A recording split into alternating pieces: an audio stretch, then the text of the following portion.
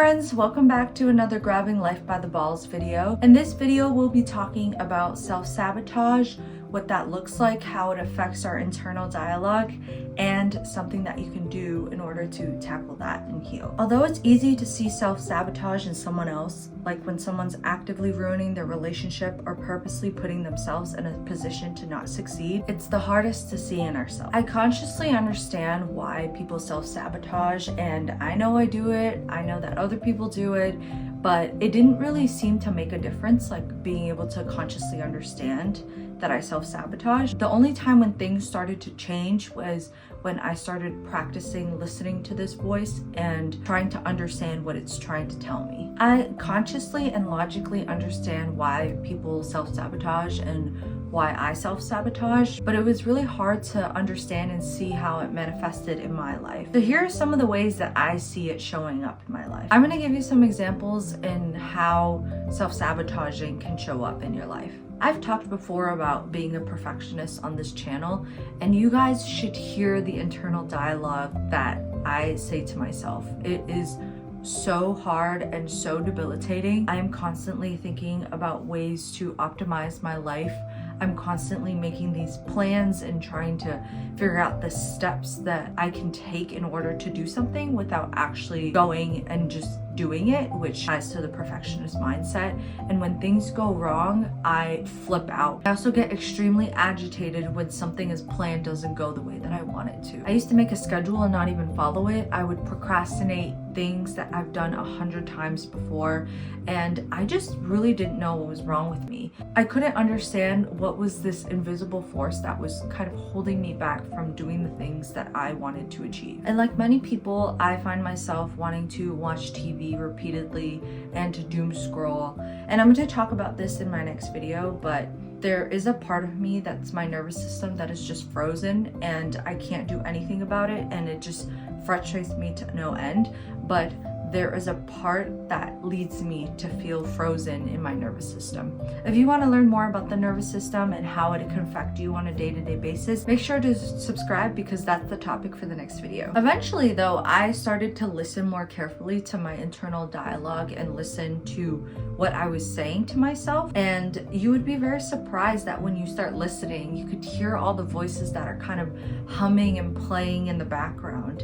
And I started to be able to separate these different parts of me and understand them. Many times when I sit down to journal after scrolling or watching TV for a very long time, I find that there are different parts of me that are arguing, and so that it causes my nervous system to completely shut down and feel frozen because there's these different parts of me that are conflicting and it doesn't really know what to do, so it just stays stuck. During my journaling sessions, I discovered this 17-year-old me and this 5-year-old me, and I will talk a little bit more about those parts later. But some other signs of self-sabotage are overcommitting to things, starting relationship conflicts when things don't seem to be wrong, coping through substances, drugs, social media, watching TV, doom scrolling, brain rotting, all of those things, and extreme negative self-talk. I'll get more into how I integrate these parts of me later on in the video, but identifying and recognize how this self-sabotage shows up in your life is step number 1. Okay, next. When we self-sabotage or we find ourselves in this cycle of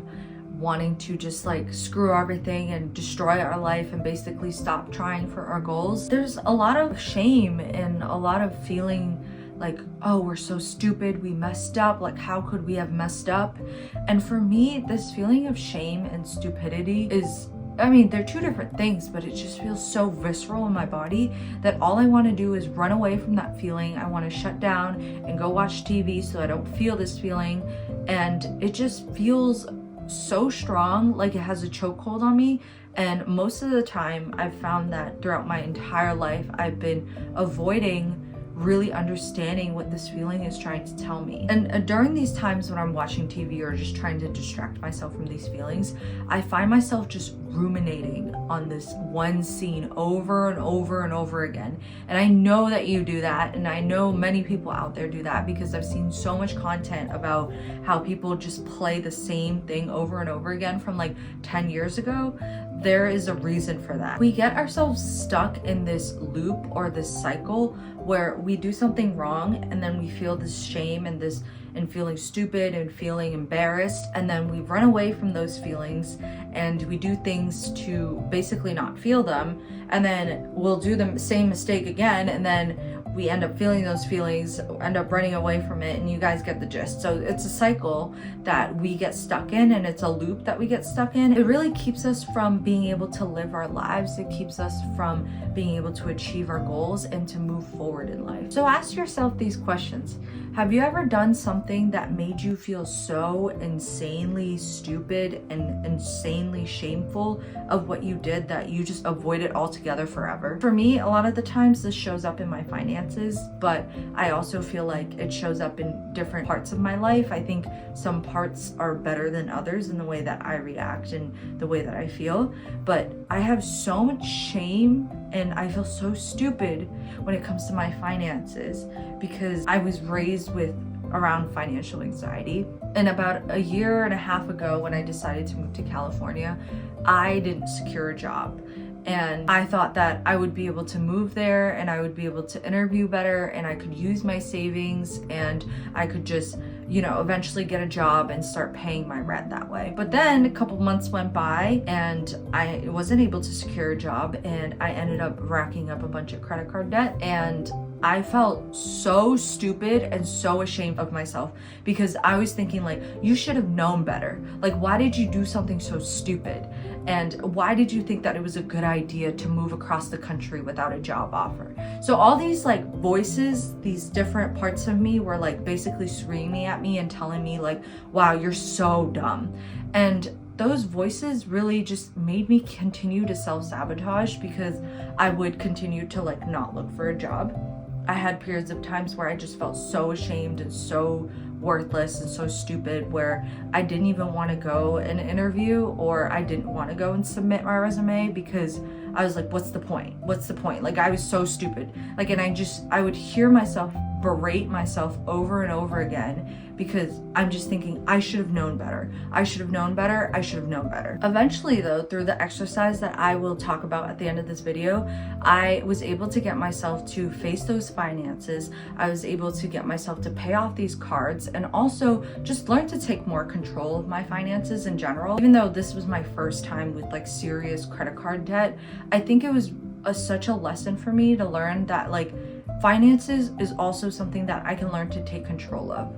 I feel so out of control when it comes to it. I used to avoid bills. I used to avoid paying my credit card on time because it just made me so stressed. After I was able to listen to these parts of me that were so scared of finances and so scared of what could possibly happen, I was able to finally integrate and work on improving my finances. This exercise, I also learned that many of these voices actually weren't mine. They were actually from my parents.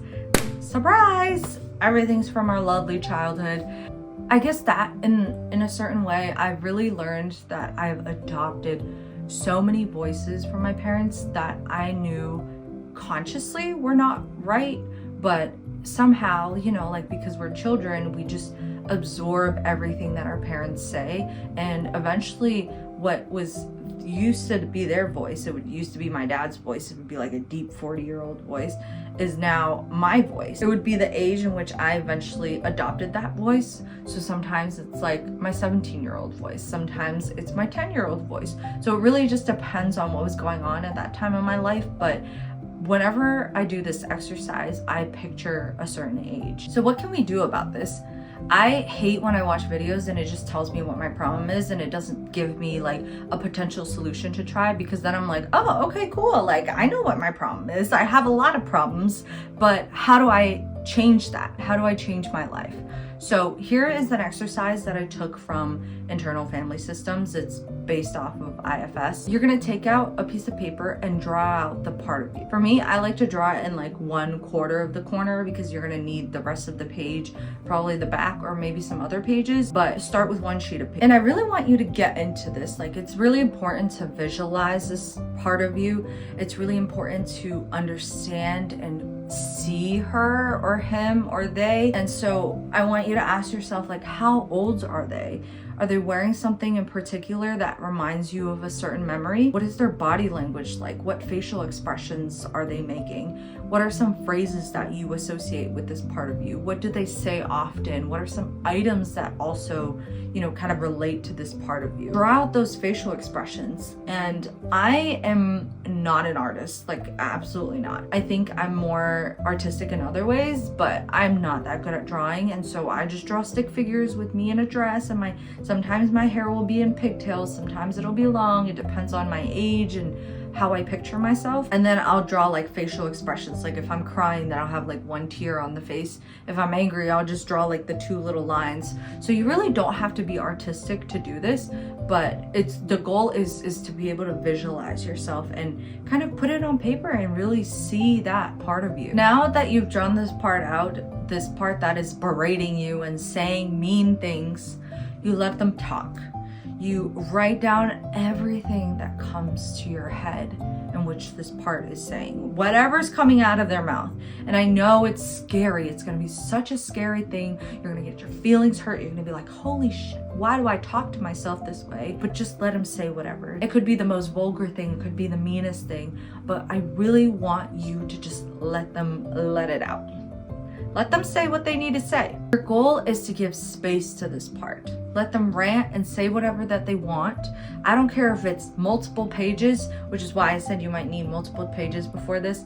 Sometimes I only write like half a page and that part already feels better. Sometimes I've had a part that has so much to say and I've written like 2 to 3 pages, but I just want you to write all of this out and feel what this person has to say. And now this last part, you're gonna connect with the adult side of you. And if you feel like after hearing that other part is like it was just too much, you can take a break. Because I find that sometimes it's really hard to just switch over to the adult side. But tap into the adult side of you and gentle parent them. And write what you wish that you could have heard when you were younger. What that part of you wish that they heard from a parent, a trusted adult in your life. And just let the words flow out. Like there's gonna be, those parts of you are gonna know exactly what to say because it's you. Those parts are all you. But the adult's part is gonna know what to say in order to soothe them, to soothe this part. You'll find that this might be hard at first because that type of compassion and the kindness towards yourself may be really hard, but it does take practice, and it's okay if you feel like in the beginning you don't have that much to say. And then write all of these things down. The goal of this exercise is not to berate that part into being quiet and to tell them to shut up or to make that part of you go away, because at the end of the day, thinking back to how you drew the part and what age they were, it was a part of you at one point. And that's the really difficult part, to think that, like when I did this exercise, I was like, wow, why was I so mean to myself? And sometimes it's like a really young version of me where I was like, wow, I had a really mean voice at like the age of 7. And it's honestly extremely, extremely cathartic and just such a good way of making yourself feel seen. And I've cried so many times while doing this exercise because I just feel so connected with the old parts of me. And sometimes doing it once might not be enough because that voice likes to come back, or some voices are louder and some parts of us like to be more outspoken than others. But it's really important to listen to all parts of us, whether it be the outspoken ones and the loud ones and the angry ones, or the quiet ones that are hiding in the background. Sometimes it may require that you talk to the part more often so that they could soothe them. And eventually it'll just be naturally a part of who you are. Be kind and remember that those are all parts of you and they're not your enemy. At one point or another, that part of you was there to help you with survival. And sometimes it's really letting that part know that, well, it's okay. Like we don't need to do this anymore. because you might not be in that same situation you were at the age of 5 than you are now. I know some of you guys really hate journaling. My boyfriend hates journaling and he tells me about it all the time, and I know that a lot of my exercises are pretty journal heavy and like writing down things heavy, but I really hope that you can practice this exercise. I'm sharing everything that I've tried that have really worked for me and worked really well. So try it, let me know if it works, and thank you for listening, and I'll see you in the next video. Bye!